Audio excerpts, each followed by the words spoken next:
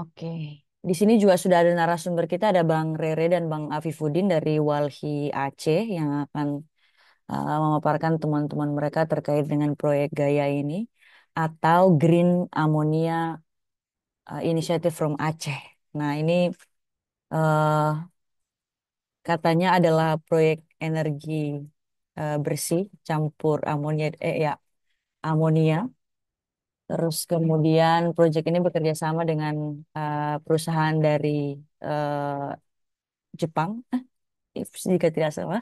Terus kemudian digagas oleh Pupuk Indonesia dan di bawah AZEC atau Aceh Zero Emission Community yang sebetulnya beberapa tahun terakhir Walhi tolak dan kemudian proyek ini sudah bekerja di Aceh dan juga kita akan mendengar nanti dari Bang Afifuddin bagaimana proyek ini bekerja, bagaimana warga di sekitar proyek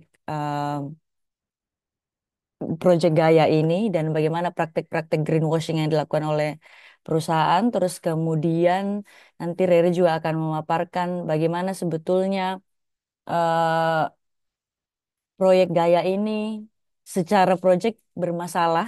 Terus kemudian apa yang seharusnya dilakukan oleh negara melihat situasi kita sekarang.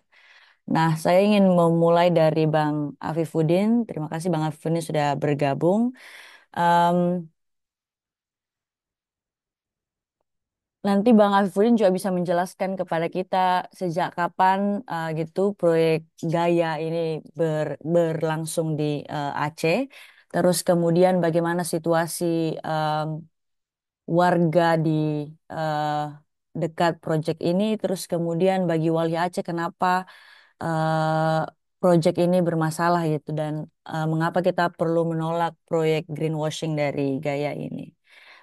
Silahkan Bang. Baik, Assalamualaikum warahmatullahi Morris, wabarakatuh. dulu cek. Eh, Eh, Selamat siang Sepertinya mending semuanya. aku duluan untuk ngasih Gimana? konteks. Oke, oh, ya ya. Sorry, sorry, sorry. Baik, mungkin kita perlu mendengar bagaimana sebetulnya konteks secara nasional eh, bagaimana payung dari proyek ini, terus kemudian bagaimana konteksnya di Indonesia dan mengapa kita menolaknya. Nanti Rere akan jelaskan terlebih dahulu ya, Re. Oke, silakan, Re. Baik, terima kasih, Morris. Selamat siang, kawan. Zoom. Jadi, proyek eh, Gaya ini eh, salah satu solusi palsu yang tengah didorong itu di bawah AZEC atau melalui AZEC Asia Zero Emission Community, eh, satu inisiatif yang didorong oleh pemerintahan Jepang yang sejak awal sudah ditolak oleh Walhi dan juga berbagai organisasi masyarakat sipil di Indonesia. Tapi saat ini kemudian dia hadir lagi dalam bentuk eh, apa, upaya untuk produksi green. Mereka menyebutnya sebagai green amonia, meskipun nanti kita bisa tunjukkan bahwa proyek ini sama sekali tidak hijau dan sama sekali tidak terbarukan. Jadi eh, sekarang Walhi Nasional dan Walhi Aceh sudah membuat sebuah pernyataan publik bersama eh, terkait dengan proyek Gaya ini. Eh, Kami meminta penghentian untuk proyek Gaya karena proyek ini justru akan memperpanjang ketergantungan terhadap energi fosil, justru akan memperburuk ancaman terhadap keselamatan lingkungan dan komunitas. Nah, pertama yang harus dilihat bahwa ini proyek barengan ya, diinisiasi oleh PT Pupuk Indonesia, kemudian Itochu Corporation dan Toyo Engineering Corporation. Lokasinya di Aceh Utara, di Kecamatan Dewantara, dan mereka akan memproduksi, ini kalimatnya menarik, hybrid green ammonia. Jadi amonia hijau hybrid yang merupakan kombinasi itu dari dua sumber hidrogen. Satu green hidrogen dari elektrolisis air dan satu lagi grey hidrogen atau hidrogen abu-abu dari pemrosesan gas fosil. Nah, untuk saat ini di pendanaan baru ada satu pertimbangan itu dari JBIC untuk memberikan pendanaan, bahkan dia memasukkannya di kategori C. Menurut JBIC, proyek ini mungkin tanpa dampak lingkungan, yang nanti juga akan kita buktikan bahwa itu tidak benar, bahwa proyek ini justru memiliki dampak lingkungan yang tinggi gitu. Nah, ada empat hal yang menjadi problem utama bagi Walhi. Eh, Kenapa kemudian Walhi menolak proyek Gaya?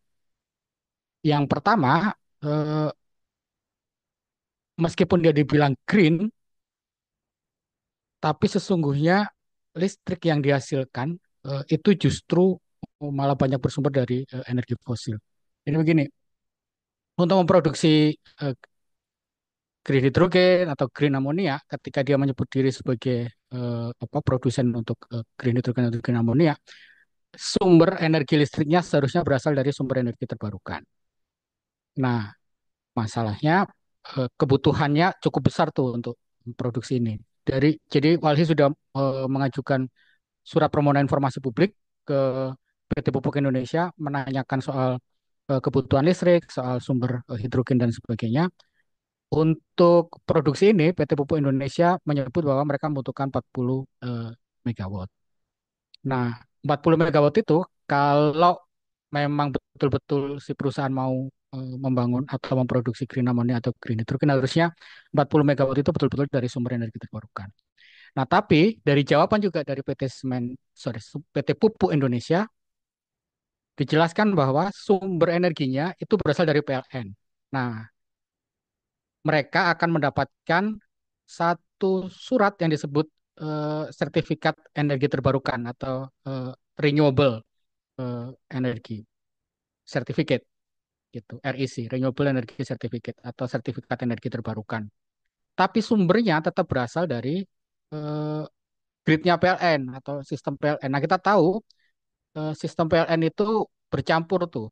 Kalau kita lihat gambar di sebelahnya, itu skema pemberian eh, Renewable Energy Certificate atau sertifikat energi terbarukan dari berbagai sumber, baik dari yang fosil maupun dari renewable energy, semuanya kan masuk ke dalam sistem grid PLN.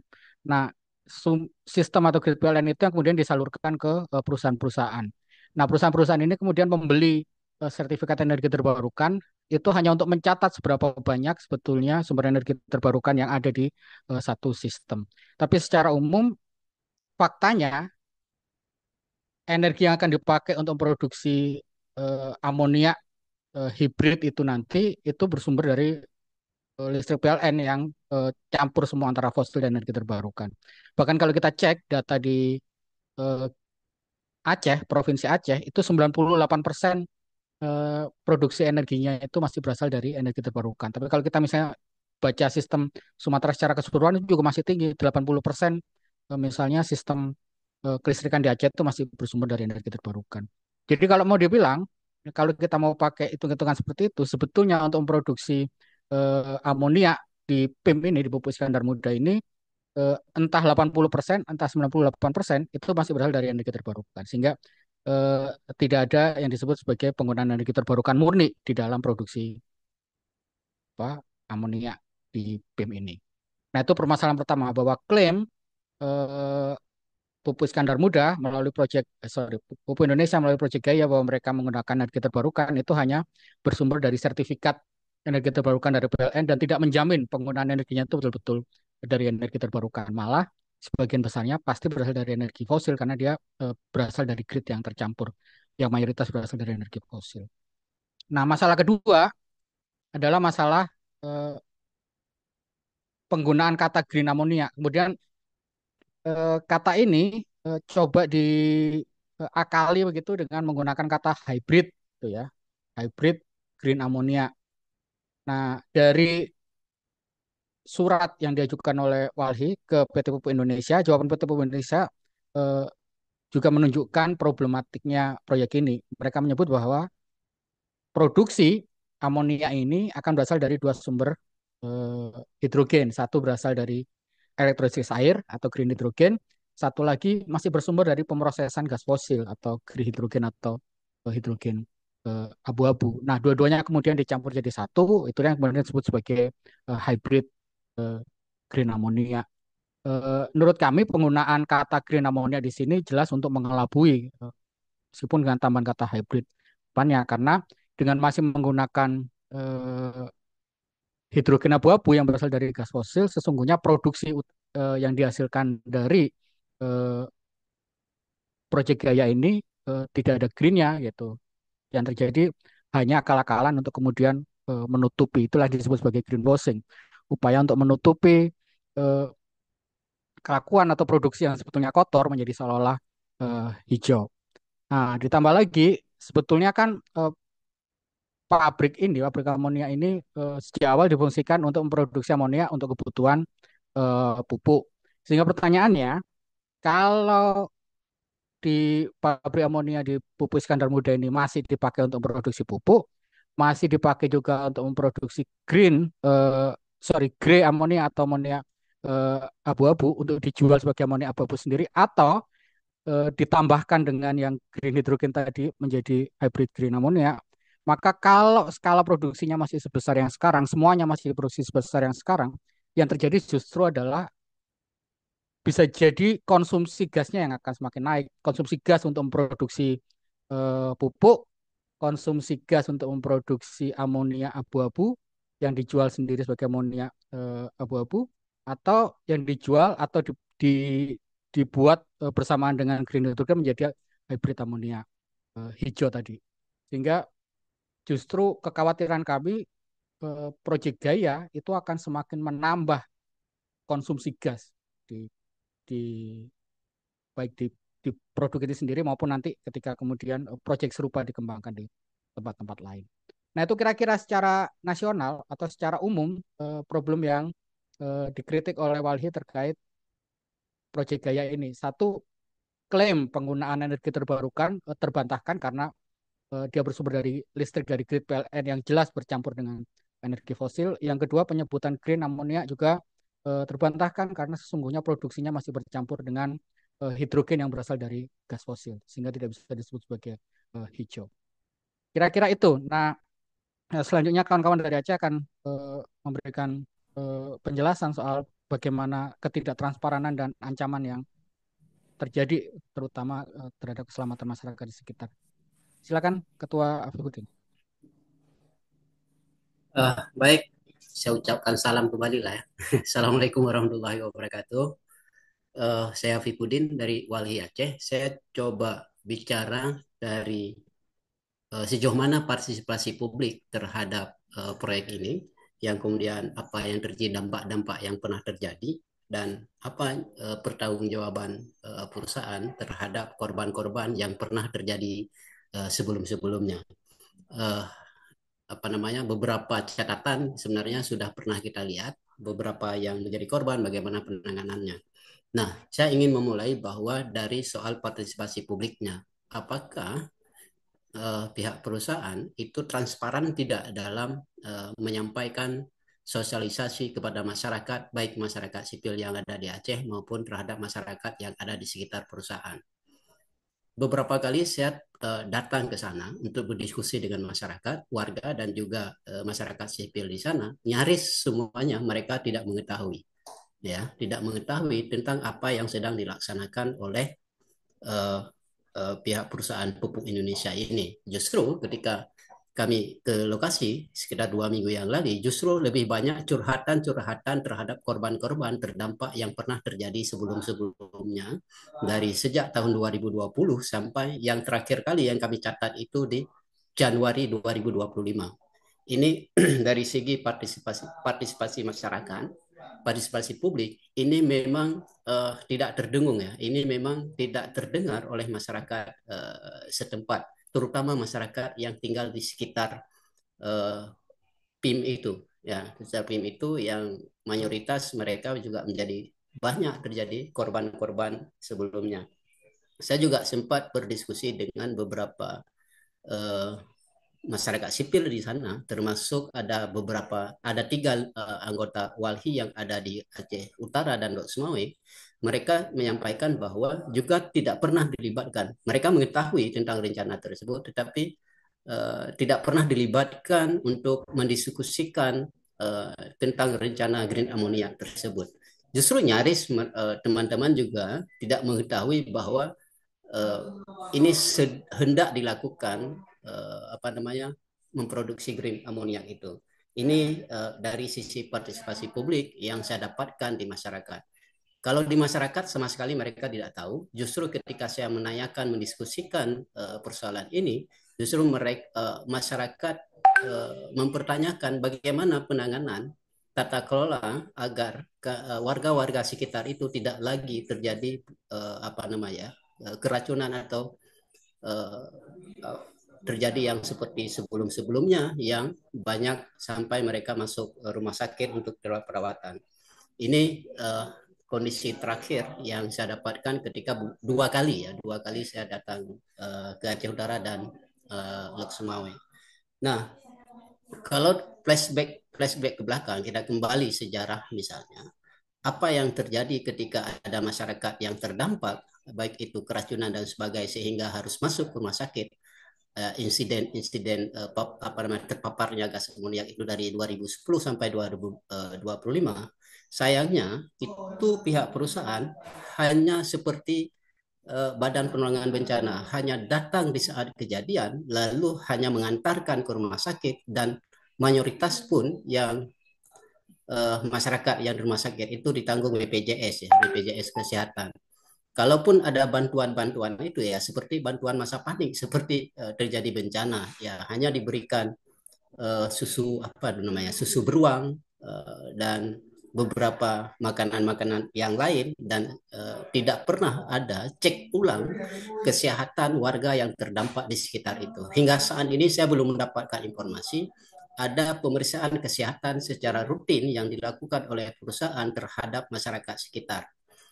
Kalaupun ada misalnya teman-teman melihat di pemberitaan itu ada pemeriksaan kesehatan gratis, itu pemeriksaan kesehatan gratis itu tidak menyentuh apa namanya mengecek kesehatan masyarakat yang terdampak terhadap gas amoniak itu, tetapi hanya pemeriksaan kesehatan biasa yang seperti dilakukan oleh mahasiswa-mahasiswa untuk apa kegiatan-kegiatan sosial.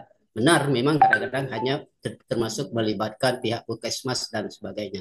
Ini bagaimana ini kondisi pertanggungjawaban perusahaan terhadap korban-korban yang terjadi dari sejak 2010 hingga 2025. Ada ya sekitar 2000 lebih ada warga di sana memang terdampak saat ini. Gejalanya macam-macam, ada mual, sesak napas. Bahkan kalau bicara pingsan itu sering saya melihat. Karena kenapa? Saya sejak 2010 itu, karena waktu itu saya masih sebagai jurnalis aktif, sering menulis kajian kejadian-kejadian paparan-paparan gas amoniak itu. Jadi ada insiden-insiden itu saya sering menulis itu sejak 2010 hingga 2021 itu saya sering mengikuti menulis tentang paparan korban-korban yang ada di sana.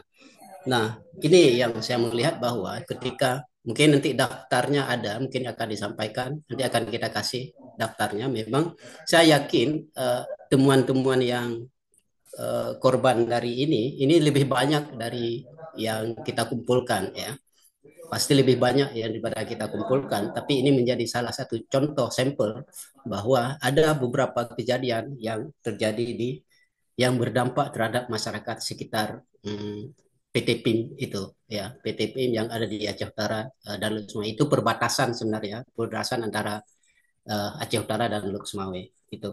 Nah, justru saya melihat bahwa ketika mencoba green ammonia saman ini, saya melihat itu hanya sebagai strategi pemasaran saja sebenarnya yang dilakukan oleh perusahaan. Atau kalau bahasa politiknya itu pencitraan saja yang dilakukan oleh perusahaan untuk meraup apakah dukungan publik, untuk seakan-akan menyatakan bahwa kami ingin semua ini energi bersih dan sebagainya. Uh, Termasuk saya pikir untuk mencari investor bahwa kami sudah melakukan semuanya adalah energi energi bersih. Seperti yang disampaikan tadi bahwa memang justru 98% lebih sebenarnya itu masih Aceh itu masih sangat ketergantungan terhadap energi kotor ya. Bahkan di saat ini sudah selesai dua PLTU baru yang ada di Nagar Raya itu yang akan menyuplai juga untuk energi kotor. Maka campuran ketika menggunakan kalimat hybrid, saya pikir ini hanya saya mengutip kalimat sebatas pencitraan seakan-akan kita sudah melakukan energi bersih. Tetapi yang terjadi adalah semakin memperpanjang energi kotor yang ada di Aceh saat ini. Saya kira itu dulu uh, untuk bagaimana fakta lapangan yang saya temukan di Aceh. Mudah-mudahan ini menjadi atensi kita semua.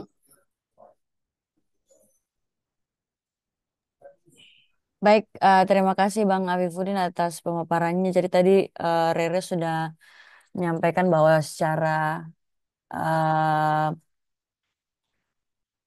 proyek ini tuh bermasalah mulai dari sebetulnya seolah-olah nampaknya hijau tapi dalam prakteknya masih juga eh, tidak gitu. Terus kemudian eh, tadi juga Bang Afifuddin menjelaskan bahwa eh, situasi warga di Lek Sumawe tidak baik-baik saja gitu dari proyek ini. Ada bau yang begitu menyengat dan beberapa warga merasakan sakit akibat dari proyek ini. Nah, kemudian kita akan di sini sudah ada Bang satu-satunya media yang bergabung ada Bang Raden dari Beta Hita. Mau langsung bertanya Bang ke kedua narasumber? Bentar Morris, aku mau ini Nah, lagi. oh Eh ya, ya tadi silakan. kelupaan. Eh ya sebetulnya cuma untuk menjelaskan. Eh tadi ini nggak keluar. Ini model yang kami ambil gitu eh, dari penjelasan dari Toyo Engineering ini dari feasibility study-nya Toyo, tapi ini sebenarnya dari tahun 2023 ya. Ini hanya untuk menjelaskan bagaimana apa gabungan itu atau sintesis antara eh, green hidrogen dan green amoniaknya gitu. Jadi sini bisa dilihat bahwa produksinya masih akan ada produksi urea plant, artinya yang untuk kebutuhan pupuk, kemudian ada grey amoniaknya sendiri, dan kemudian ada yang nanti hybrid green amonia gitu, yang campuran grey amonia dengan green amonia. Jadi kalau tiga-tiganya ini nanti berjalan, tentu saja kebutuhan gasnya juga semakin eh, meningkat. Nah kalau di sini juga perlu dilihat, ini awalnya sebetulnya amonia hijau ini katanya akan diekspor ke Jepang untuk pembakaran bersama untuk co-firing PLTU ya di Jepang. Nah, tapi belakangan kemudian dia diubah dalam proyek Gaya ini amonia hijaunya dibilang akan dipakai untuk bahan bakar eh, kargo atau bahan bakar kapal besar atau marine fuel gitu oleh Itochu. Nah, itu tambahan saja. Satu lagi kalau terkait seruan, tapi sebenarnya nanti juga bisa disampaikan. Nah, seruan Walhi jelas kita meminta eh, baik korporasinya, investornya maupun para pendana di Proyek Gaya untuk menghentikan proyek ini gitu. Karena jelas proyek ini nggak ada prinsip keadilan ekologis, tidak ada keterbukaan informasi dan partisipasi bermakna, tidak ada demokratisasi, masyarakatnya nggak dikasih tahu dan tidak dimintai persetujuan eh, sehingga sebetulnya proyek ini adalah bentuk lain dari greenwashing dan solusi palsu yang hanya akan memperpanjang ketergantungan kita terhadap energi fosil, membahayakan keselamatan komunitas dan mengabaikan hak masyarakat serta partisipasi dan transparansi dalam pembangunan yang sesungguhnya malah justru berdampak terhadap lingkungan dan kehidupan mereka. Nah itu kira-kira Kakak Morris. Silakan. Baik, terima kasih Re. Bang Raden ada yang mau ditanyakan ke kedua narasumber atau teman-teman yang lain yang bergabung di sini ada Ozu dari FOI Jepang mau menambahkan konteks atau juga ada Bang Hikmat di sini.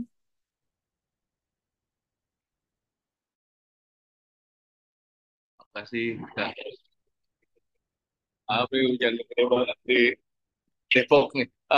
Saya boleh bertanya ya, Kak Moris? Boleh Bang, boleh. Ah, Makasih banyak Bang Afifuddin, Bang Rere atas pemaparannya ya. Eh, Mungkin kalau misalnya eh, kemudian beberapa data yang di presentasi itu bisa eh, dikirim akan sangat bagus ya, atau mungkin ada press release-nya Bang. Kalau pertanyaan saya setuju sekali dengan Bang Rere ya, bahwa ini jelas adalah proyek greenwashing ya, mengemas fosil menjadi dan kemudian dicap hijau atau renewable ya.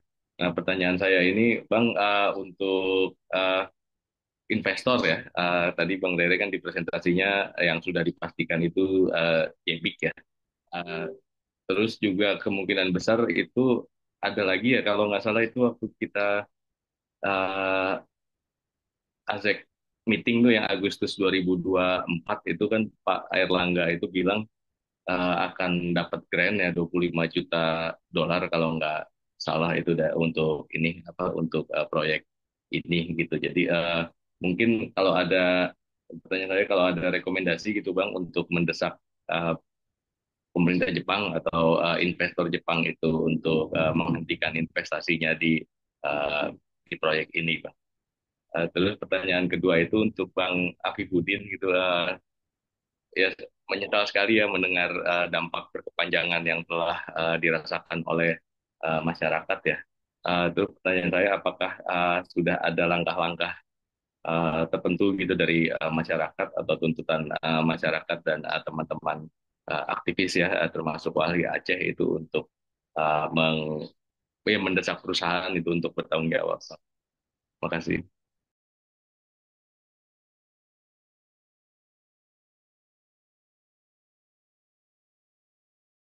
Rere mau langsung respon? Ya, kalau terkait pendanaan sejauh ini yang bisa kita tracking baca itu tadi Mas yang disampaikan di PowerPoint, eh, JPIC itu pun masih ya masih tahap pertimbangan ya sekarang. Eh, jadi belum ada financing, masih masih masih pertimbangan gitu. Meskipun secara pertimbangan juga kemudian dia ditaruh di kategori C yang disebut tidak tidak memiliki dampak gitu. Sejauh ini financing yang bisa kita baca baru di sana. Kalau untuk korporasinya tadi tiga itu Itochu, Toyo dan Pupuk Indonesia di sana. Nah, ini pernyataan publik ini adalah bagian sebenarnya dari Walhi upaya untuk bisa menyetop eh, apa berjalannya proyek ini gitu. Sejak pasca ini kita berharap untuk kemudian bisa lebih memaksa lagi gitu mendorong untuk pernyataan publik ini bisa sampai gitu ke eh, perusahaan-perusahaan yang ada dan para pendana yang termasuk JPIC yang tengah mempertimbangkan pemberian pendanaan untuk proyek ini gitu. Kami masih merencanakan untuk bisa menyampaikan ini kepada eh, perusahaan dan kepada JPIC. Mungkin nanti juga dengan bantuan kawan-kawan dari FOI Jepang, kita akan kirimkan juga kopi dari pernyataan publik ini ke para investor dan juga JBIC sebagai pihak yang sekarang merencanakan atau mempertimbangkan untuk memberikan pendanaan. Kira-kira itu, Mas Hikmat.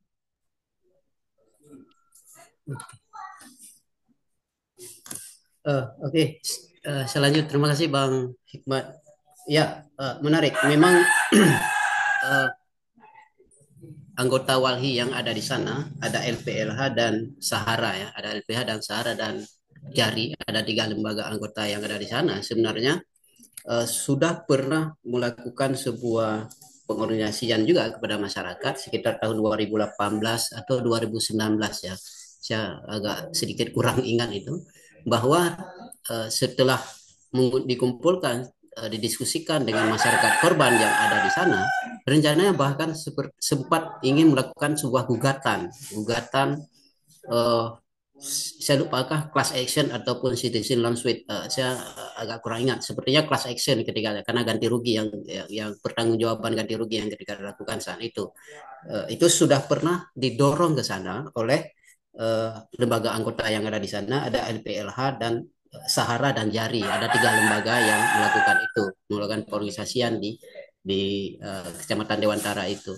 Namun itu gagal dilakukan karena setelah itu pihak perusahaan melakukan pendekatan kembali kepada masyarakat korban yang kemudian mereka eh, dibayar oleh perusahaan satu orang itu 1 juta, satu orang ya, bukan satu kakak, ke beberapa warga yang ingin melakukan bersama-sama lembaga anggota di sana untuk melakukan gugatan. Itu salah satunya yang pernah kita lakukan tetapi gagal. Perusahaan cepat coba mengantisipasi dengan membayar orang-orang yang hendak melakukan gugatan itu, yang kemudian beberapa korban yang hendak menggugat itu mengundurkan diri dan semuanya mengundurkan diri sehingga itu belum berhasil kita lakukan. Selain itu apa yang kita lakukan selama ini? Lebih banyak memang melakukan kampanye-kampanye publik dan juga menekan pihak pemerintah dan juga pihak perusahaan untuk melakukan perubahan tata kelola. Nah, itu yang memang sudah pernah dilakukan oleh anggota Walhi, dan ketiga lembaga ini tetap disupervisi oleh Walhi yang ada di Banda Aceh, karena kantor Walhi dengan Wali Aceh dengan Lok Sumawe itu butuh waktu sekitar 8 jam perjalanan. Kita jauh sebenarnya ya, jauh lokasinya dari Banda Aceh dan Kota Lok Sumawe. Begitu Bang Hikmat, untuk apa yang sudah kita lakukan selama ini. Terima kasih banyak Bang Afifuddin dan Mas Rere.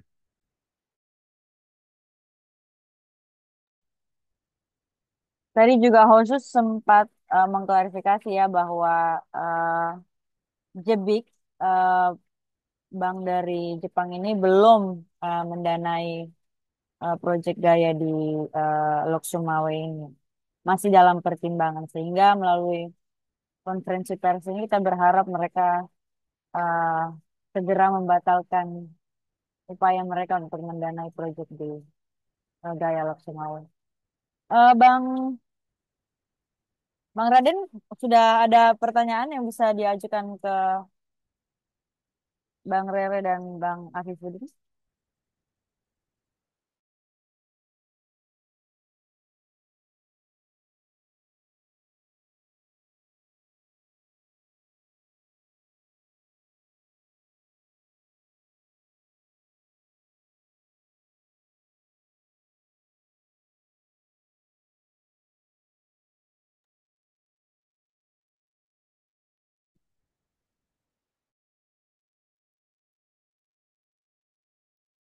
Saya sepertinya Bang Raden bilang masih mendengar dan menyimak persoalan. Nah, mungkin kita ke akhir konferensi pers kita ya. Apa harapan Bang Afifuddin sendiri melihat proyek Gaya di Lok Sumawe ini dan apa yang akan dilakukan selanjutnya? Yang pertama, kita uh, berharap bahwa pihak siapapun ya, manajemen perusahaan dan sebagainya termasuk pemerintah, untuk transparan terhadap masyarakat, karena masyarakat itu butuh informasi yang akurat ya. Jangan sampai nanti ketika ada gelombang protes yang jawabannya adalah yang dihajar, yang dibawa adalah security, keamanan ya, aparat keamanan. Karena ini penting, ketika masyarakat itu butuh didengar, sebenarnya butuh didengar, butuh mendapatkan informasi yang cukup, butuh sehingga bisa memahami apa yang sedang dilakukan. Tetapi hari ini itu tidak terjadi. Sebenarnya bukan hanya di PIM, hampir semua perusahaan-perusahaan mega proyek itu tidak sampai informasi apa yang sedang dilakukan. Itu yang pertama.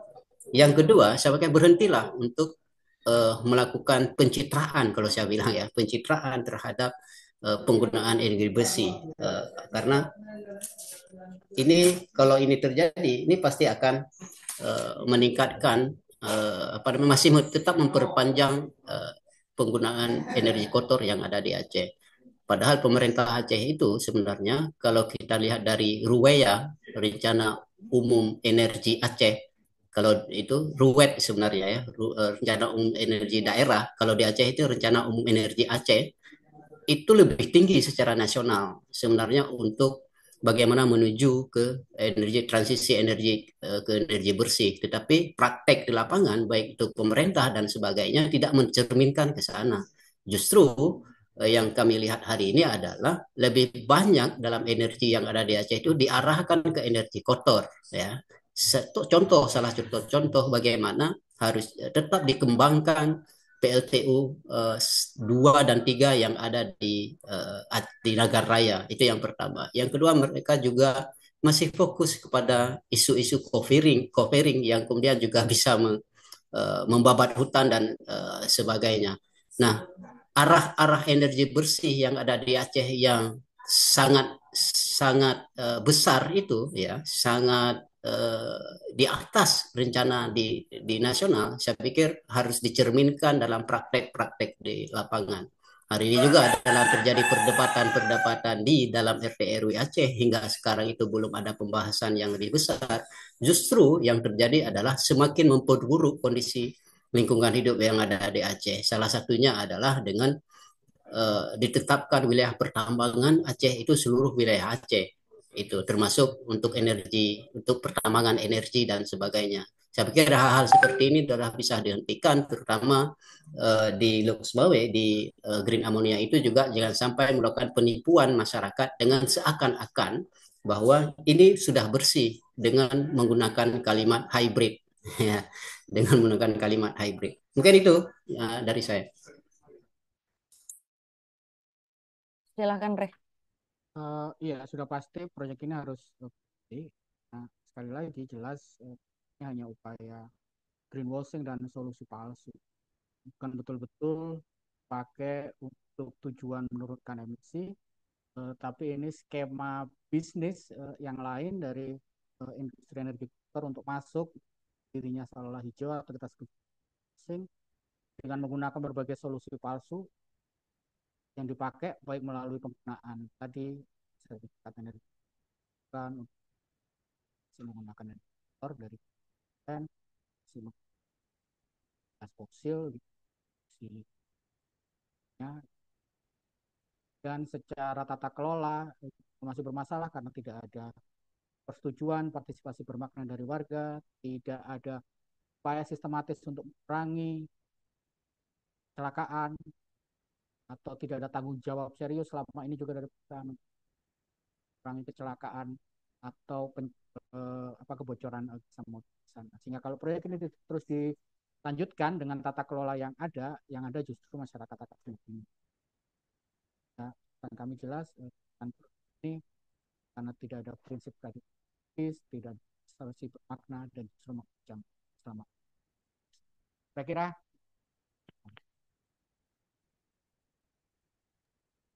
Baik, terima kasih Rere.